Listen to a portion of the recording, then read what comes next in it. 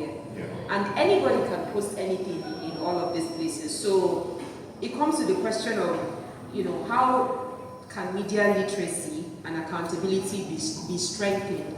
Especially looking at how there isn't really much control around these platforms. Anybody can post anything, and once it goes viral, most times the negative story goes viral, but when the counter positive is shared, it does not go as viral as the negative one. So how do we ensure this accountability, and how do we manage this in the state of the continuous emergence of these new social media platforms? Okay, we must first accept the reality that the human mind has been structured over time to always tilt towards the negative. And that's why bad news travels fast. As we're all seated here, the question that truly faces us every day is, do we really want to know the truth, or we just want to know something that looks like the truth? And that's why the average American will tell you, you can't handle the truth, because the truth will stimulate or will necessitate you having to use your brain. Now, social media, as we know it today, it's still in its evolutionary stage. And there's been so much talk about regulation, penalties and consequences for content that have pervaded various platforms. And these have become necessary, or these questions have become necessary because of the, as I said, the media platforms or the media space is constantly in flux. And because of the dynamic nature of the human being, there is need to begin to put stopgaps and measures to regulate what you put online, how you put online, and who gets to see what you put online. And that's why you have platforms for like YouTube, for instance. YouTube have over time modified their regulatory structures to ensure that at any point in time you put up any content, the algorithm asks you certain questions to be sure that, one, you are intentional about the content you're putting. Two, the algorithm will help to either categorize the content so that in maybe a certain age gap, certain gender are either protected or given access to that content. And that is gradually growing across social media, other social media platforms. And what we in the media space have discovered is that content you put on YouTube, for instance, may not do well on Facebook because the algorithm for Facebook is different. The requirements for your content upload is different. Same thing with Instagram and TikTok. Of all the social media platforms that currently operate in Nigeria, because in countries like China, you don't have TikTok. And it's deliberate. Why? Because the Chinese government have seen that the kind of content TikTok generates may have some negative influence on their populace. So what do? Rather than completely deny the people of China to enjoy the dynamism of TikTok, they created their own. Other countries have followed. In India, for instance, there are certain social media platforms you won't find in India, but you will find India's own version of those social media platforms. So these are deliberate attempts by governments and leaderships of these countries that I have mentioned to self-regulate, so to say, social media. In Nigeria, our major challenge is in the area of infrastructure. We don't have the technology. We borrow the technology, but we don't have it. But there are strides being made in helping Nigerians acquire the needed skill set to begin to develop that technology. I'll give you an example. At the advent of drones, we were basically, if I had to buy a drone, I'll have to buy from the US or India, who were at the forefront of making drones. But guess what? Right now, I don't need to do that. There's a company here in Abuja that makes drones. So I can give them my specifications and they will design the drone to suit my specification or what I intend to use those drones to do. So we're making strides. We may not be making giant strides because of certain setbacks in terms of policy framework, policy implementation, like my brother Heidi highlighted a few minutes ago, and most importantly, intentional and deliberate investments in areas that will help to shift the media space from being fully dependent on the Western Hemisphere and becoming more locally integrated to suit the needs of the Nigerian people. What you must understand is that Nigeria is the biggest market everybody wants to get in because we've got the numbers. And that is why if I think the greatest undoing our political leadership or political office holders have done is not deliberately investing in data.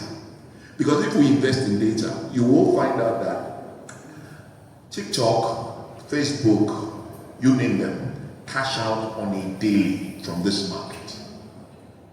As of at the start of 2025, we were told that mobile phone purchase and use was, let me go back to the last quarter of 2024, was about 35%. But guess what? Between the last quarter of 2024 and the first quarter of 2025, it moved from 35% to 75%.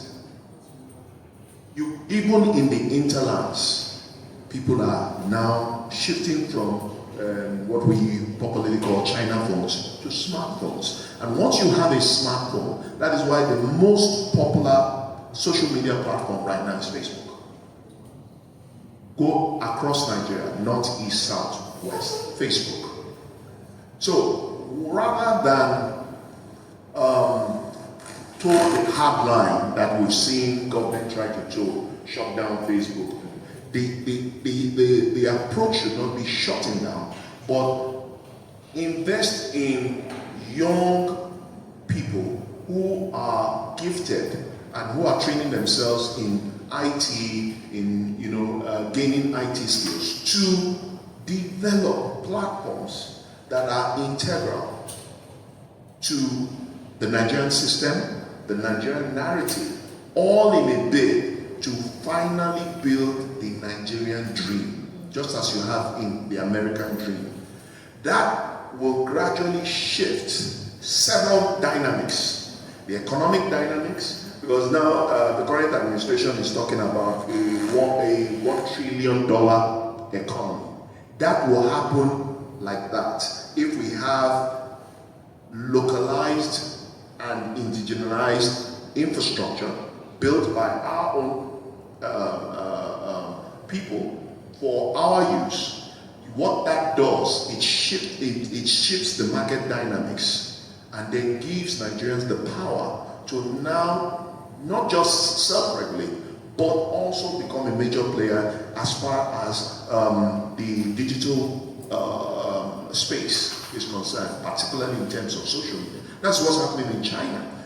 Many people don't know. TikTok actually started from China. So one would have wondered, why should China ban TikTok? Yes, it started from China, but the West took it, capitalized on it. Right now, TikTok is one of the biggest paying platforms across the world, except in countries like China. Just like Nigeria, China has the numbers. But what did the Chinese government do? They looked at it and said, look, rather than allow the West, in the name of capitalism, make all this money from us, let's keep the money within. And what did they do? They developed their own social media platform. In China, right now, you could walk into any of the shops we have here without carrying your wallet, without carrying your ATM card. All you need is your phone. Your phone. And they just, you pay. And that is how the technology continues to advance. So when you hear China say they have the highest number of millionaires and billionaires, it is all hinged on the digital space. Thank you.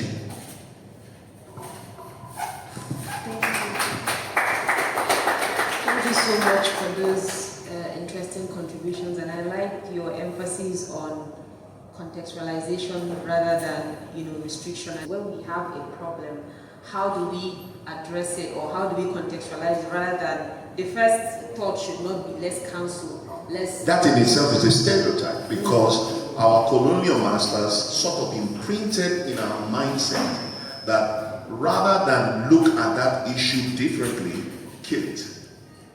And that's why in recent times we have seen, even though the Constitution guarantees freedom of expression, you are now told you can express yourself, but what happens after you express yourself is not guaranteed. So that's why I remember when the MC asked what we got from the keynote speakers, I talked about shifting the paradigm in terms of the mind, and that I think is what this book is hinged upon. But my major worry, is that even for those of us who are here in this hall, how many of us will read the book? Because it's been said, and it has sinked into our DNA, that the black man does not read, So we have to take that leap at some point. So it's not just the problem of the leadership, it's also a problem of the followership. Absolutely agree with you. So in case you have questions, we're going to come to you shortly, because we're going to round up the panel discussion very soon. We don't want to bore you with a lot of talk, so that you can get the opportunity to purchase the books shortly. So Kasena, while the beloved was speaking, one of the last points he talked about was, the mind, critical thinking. And as someone who is a storyteller, and you get to work with people from different groups, different cultures and the likes, how do you think that, schools, families, and all the other stakeholders or communities, how do you think they can nurture critical thinking that challenges stereotype at an early age before it even develops into a bias, something that is a bigger problem?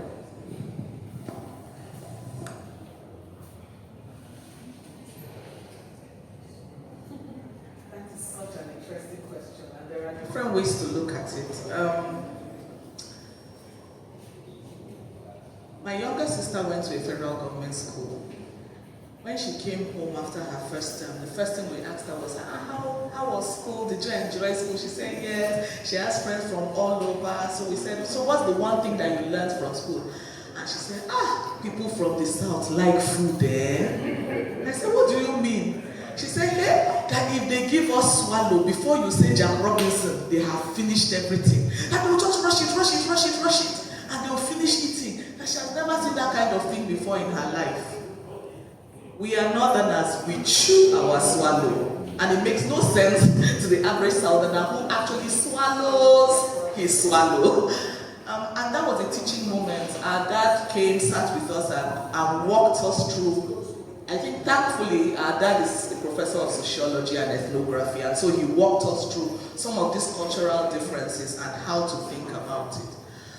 But what I have learned working with communities is, number one, our African reality is, how do we socialize people? We are socialized through storytelling.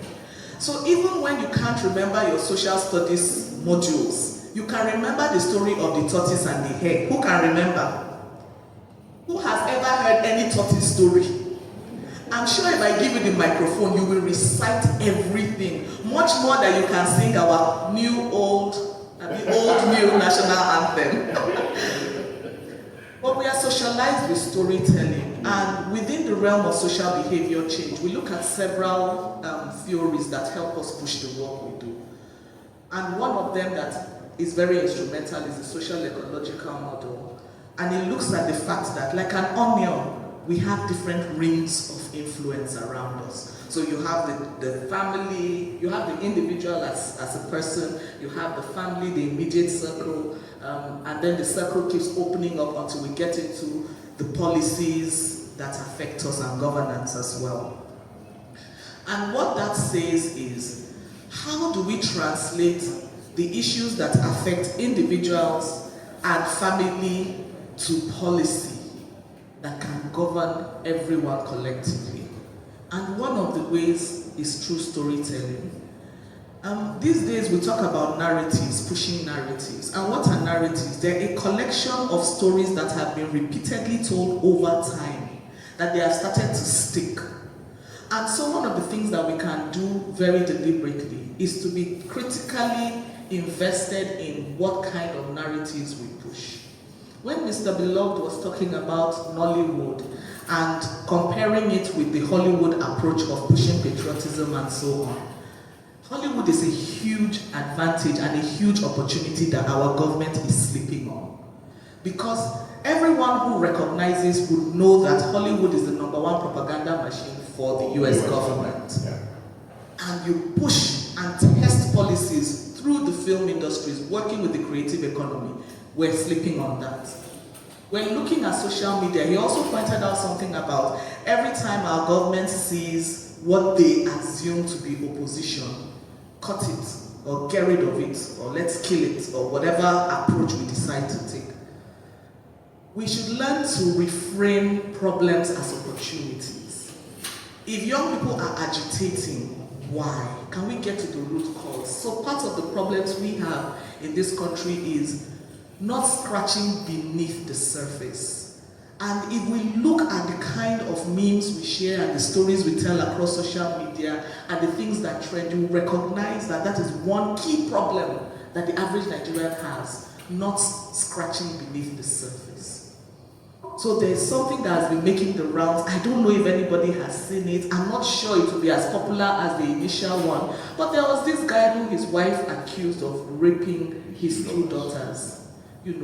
And it has been discovered that it was a lie. But now that there is that rejoinder, nobody is really paying attention to it. And like he said, can we handle the truth? Are people more comfortable with the image of a wicked man who has defiled his daughters as opposed to a man who is a victim of his wife's ill treatment? So these are realities that we constantly have to think about. And as stakeholders and government has to play a very key role in shaping narratives. I know that for those of us who work in development, a lot of the time the conversations we have is, oh, how can we push these narratives? Because narratives are linked to movements, and movements help to propel policy influence and social change and action. But that is at the micro level. It's at a very low level. You are working with a few communities, and the government has the machinery, like you rightly said, of scalable impact. So how can we ensure that narratives, yes, we may not like reading books, and I won't really judge us for that. If that's how we are, well, we can always find a way around it. After all, you can get knowledge by watching videos. Everybody's learning style is different. I love to read. I love to write. A lot of people don't. They'll rather watch a video. And we can still pull together information critically thought through, critically reviewed, and elicit responses that forces people to think. So for me, the government has a role to play, and as individuals, I think we can also take that personal challenge to say, every time I get a piece of news or I'm trying to consume information, can I just ask a couple of questions? And one of the effective ones is the 5 whys methodology. Why? Every time you are told something, ask why at least 5 times until you have exhausted it. That way you are getting closer to the root cause and you are really understanding what's happening. So if we're now talking about, oh, they said Trump wants to come and hijack Nigeria and he's coming to invade, then you should begin to ask why. Why? If we have security in our country, well, somebody from outside the country have the guts to say, I'm coming to invade. Okay, why is that so? Why is that so? And keep asking why. If we learn how to ask why, And I know that we were socialized not to ask our elders why. We were told it was a sign of disrespect. Ladies and gentlemen, it is not. It is a pursuit of knowledge and getting beyond the point where that same elder will dismiss you and call you a lazy Nigerian youth because you have lost the capacity to ask why. So let us learn to ask why.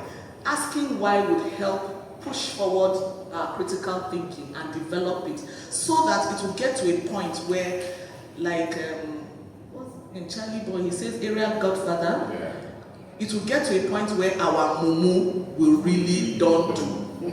Yeah, and yeah, that's it for me. Thank you.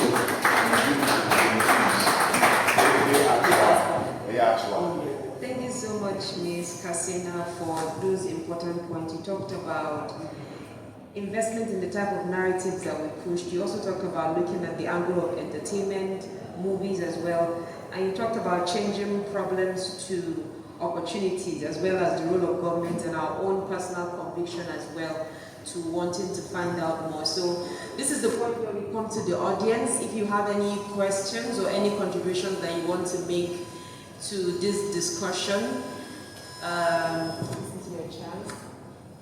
Yes, I see one hand. Any other person? I see a second one. Okay, so we have two persons. So okay, we will take the two persons for your questions or your contribution. Victor, are you coming to help me? Yeah. Thank you. So take the lady first and then the gentleman.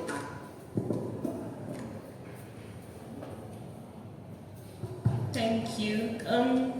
My question is for Mr. Beloved. Okay, so personally, I believe that there's a difference between enforcing negative stereotypes, laundering images, coloring the truth, and outright lies. And in regards to this topic, the media, which one are you promoting? Because I feel like when you're talking about Nigeria, Nollywood, the media, social media, and all of that,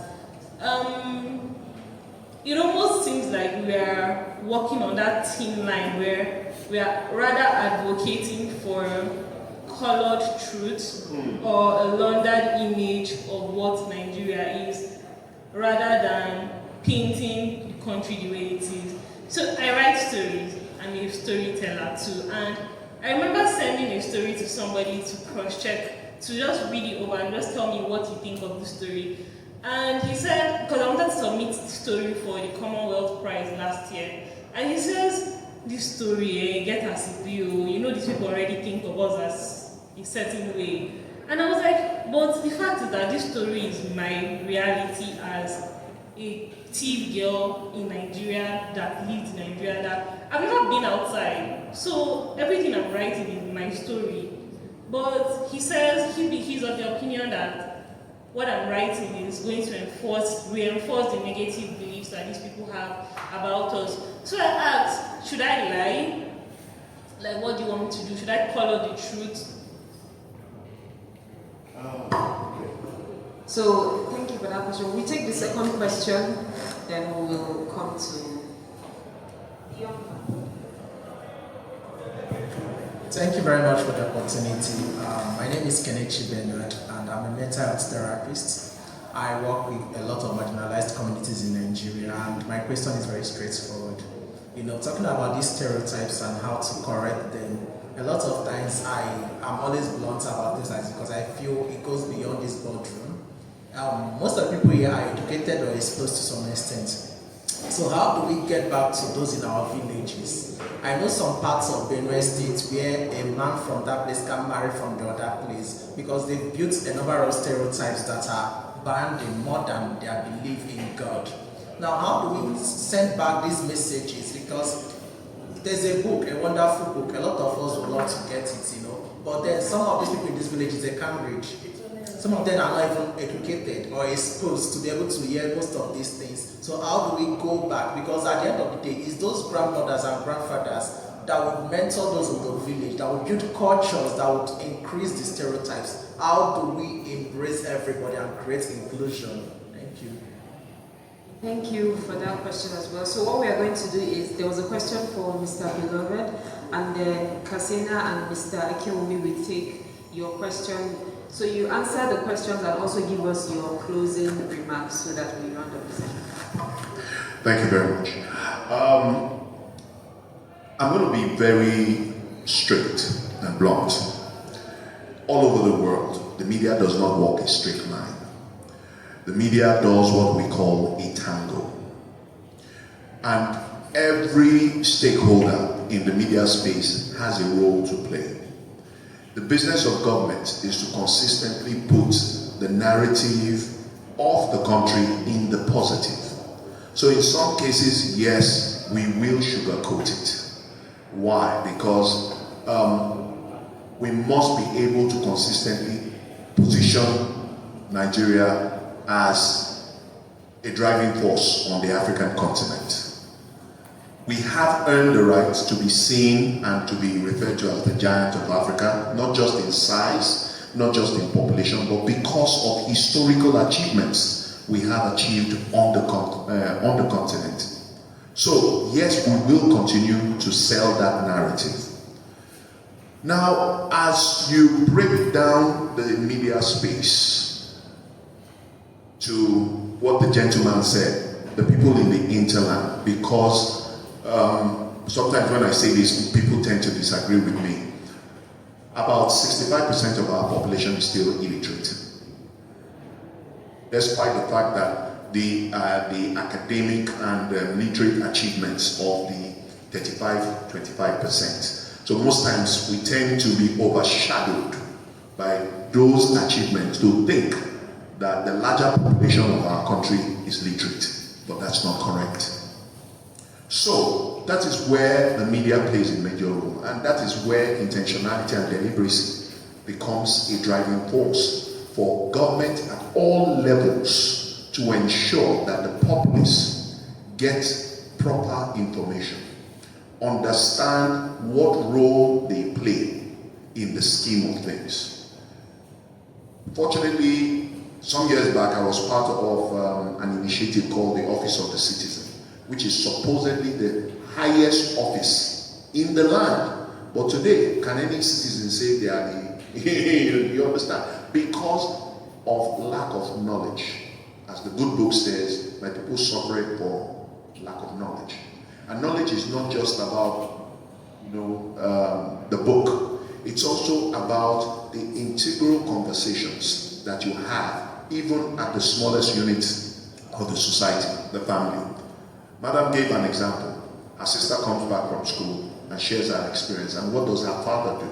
Sits down with them and expands that conversation to a point where each of them understand the story the young lady narrated or the experience she shared. Not every one of us here come from homes where communication is a veritable tool. I can talk the way I talk because I come from a home where, from when I was little, you had those conversations. I tell a lot of people, media was never my first love. I wanted to be in the military. I actually went to the NDA, but I was in commission. And why? Because I came from a home where I believed in that thing called becoming a citizen, being patriotic, living and fighting for your nation, which is supposedly the highest calling you can ever have in life. For my generation, some of us still believe in that. So you must understand that whatever you told your story, if Amina is to tell her story, there will be different. Her experience is different. She shared a bit of her experience. She went to Federal Government College. How many Nigerian children enjoy the privilege of attending a Federal Government College? Check. Do the math. Probably less than 10% in the last decade.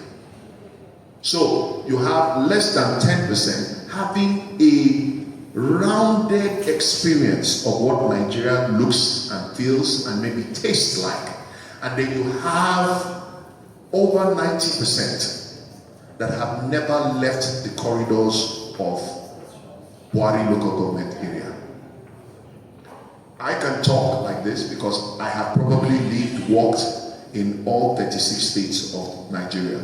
So when somebody talks about the north, I would disagree, because I can drive myself from Abuja as far as Katsina.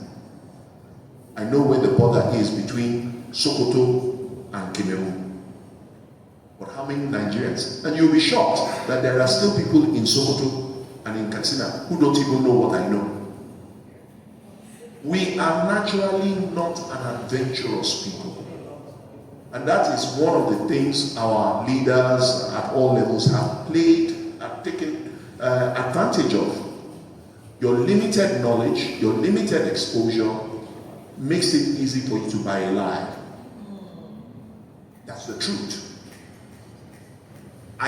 She talks about something, and I said that's why I like when she talked about the five whys.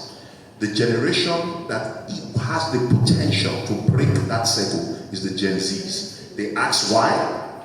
They are adventurous. They will try anything. I have a Gen Z daughter.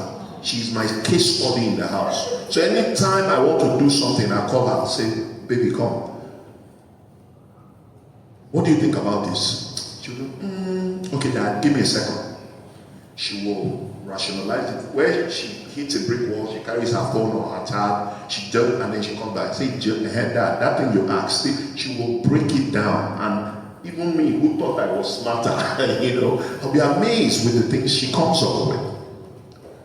Now the question is, for parents, the society, and the country at large, are we prepared to help that generation redirect, reposition, and tell the story that you want to tell, he wants to tell, he wants to tell, and that story relates to over 250 million Nigerians. That should be the objective. Not my story, but our story. Mr. Kelechi, I loved your contribution.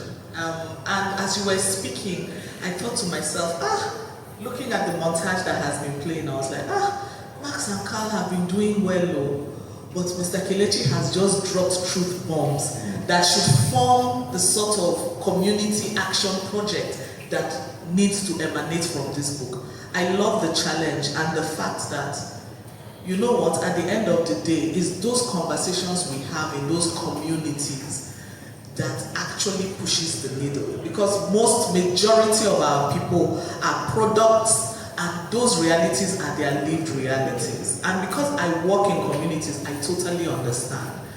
One thing that also came to me is the fact that for a lot of development projects, you have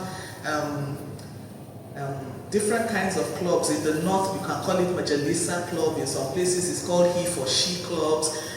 Men's round table. It has all sorts of names by different projects. But if you go to a lot of communities, those fora exist. And those are fora that we can actually leverage, that even the government can leverage to push those conversations. A setting of people where we just have a conversation, a facilitated conversation. And even when you vehemently disagree, when you leave that place, somehow you keep thinking about it, and somehow it begins to frame one or two things. And the fact is, you talked about a lot of us not being educated or literate.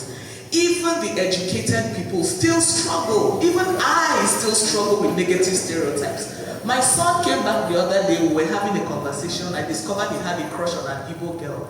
And I said, you did not see who to have crush on in that your school except an Igbo girl. This is me, educated, knowledgeable, and all of that. And he now said, Mommy, be realistic now, be reasonable. My Gen Z son said to me, Mommy, be reasonable. In my school, we have a population of over 70% Igbo. If I will have a crush on somebody, is it likely going to be? And it shut me up and got me thinking.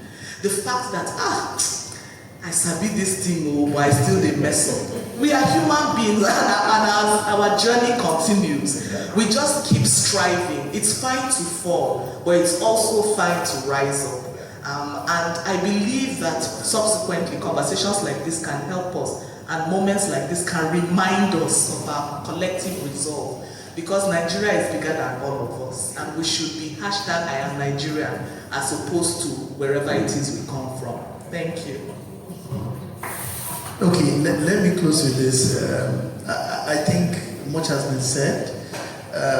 When I was going to get married, I am from Yoruba.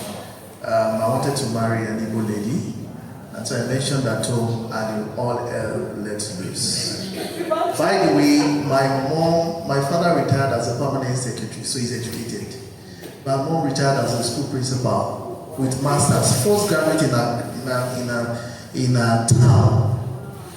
Yes, they had those stereotypes.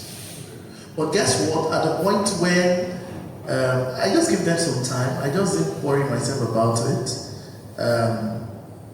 I sort of also put some blocks to ensure that they're able to meet and talk, and just to change the narrative, just to have a touch point and experientially make their own deductions. And I think in 3 months they get their consent to marry her.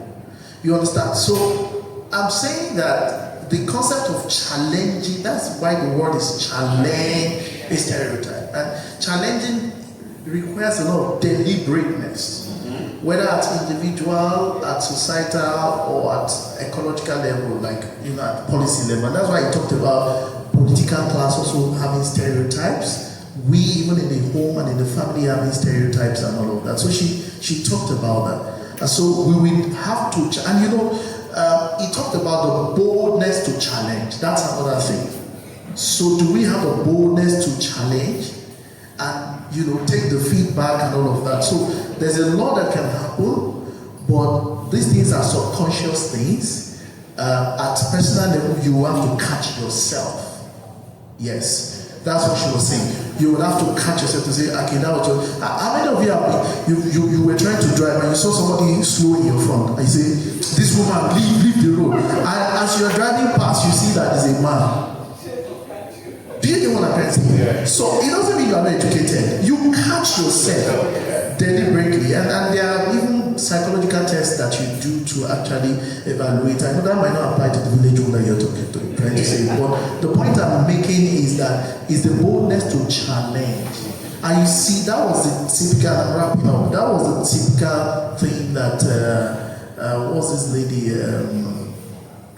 that Omoni Obudi wrapped up that movie with. That sometimes once you just create a touch point between the grandmother, between the mother and the daughter-in-law, yes, you are able to have experiential and de-bias that person. So there is such a word called de-bias stereotypes. Thank you. Thank you so much. Our panelists have been so wonderful.